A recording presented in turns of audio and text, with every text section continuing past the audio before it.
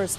The small town of Goodland is in shock after its water tower crumbles to the ground. News Channel 18's Tiffany Dismore explains how one man outran 250,000 gallons of water as the tower collapsed. Tiffany. Gina, Derek Gravison thought he was just taking his dog for a quick walk before turning in for the night. He wasn't prepared to be running for his life.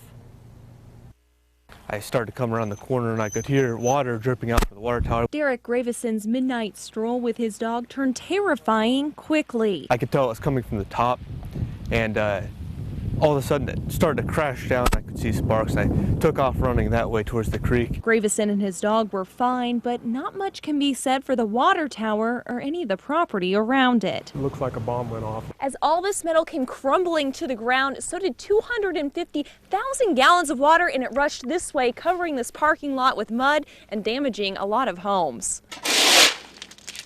Mike Milkey lives about 75 yards west of the water tower. Water gushed across here and blew all the gravel across here. His neighbor, Jeremy Joseph, has even more damage. It shook my house pretty hard. Goodland Town Council President Jim Butler says the tower was built between 1960 and 1962.